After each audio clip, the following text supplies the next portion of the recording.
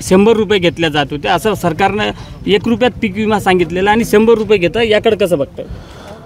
सरकारनं जाहीर केलेला आहे 1 रुपयामध्ये पीक विमा.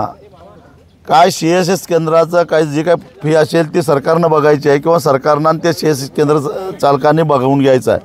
परंतु शेतकरी 1 रुपयाच्या वर देणं लागत नाही. असं असताना काही ठिकाणी 100 रुपये, काही ठिकाणी 500 रुपये जर मागणी होत असेल तर कृषी खातं काय करायला लागलं आहे, राज्याचं सरकार काय करायला लागलं आहे, कृषी मंत्री काय करायला लागले आहेत. आणि मग अशा पद्धतीनं जर का लूट होणार असेल तर याला ही सरकारमान्य लूट आहे का? कृषी खात्याचे अधिकारी त्याच्यामध्ये सामील आहेत का? त्यांना त्यांचे हप्ते जातात का? आणि जर असे धंदे चालणार असतील तर वेळप्रसंगी कायदा हातात घेऊन या लोकांना वटणीवर आणायला आता संघटनेला वेळ लागणार नाही. 1 रुपयाच्या विमा काढण्यासाठी 100 रुपये घेतले जाते, याचं समर्थन दादा भुसेंनी केल्याचं बोलले जाते. 2, 4, 5 हजार रुपये शेतकऱ्यांचे वाचले असं दादा भुसेंनी सांगितलं. मग एकदा दादा भुसे साहेबांनी जाहीर करावं की आमची 1 रुपयात पीक विमा ही घोषणा बोगस आहे आणि तसं काही 1 रुपयात होणार नाही, त्यासाठी तुम्हाला जास्त पैसे द्यावे लागतील.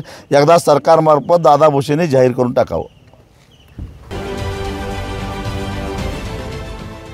देश विदेशातील प्रत्येक घडामोडींचे लाईव्ह अपडेट मिळवण्यासाठी आता साम टीव्हीच्या सर्व सोशल मीडिया प्लॅटफॉर्मला लाईक, फॉलो आणि सबस्क्राईब करा.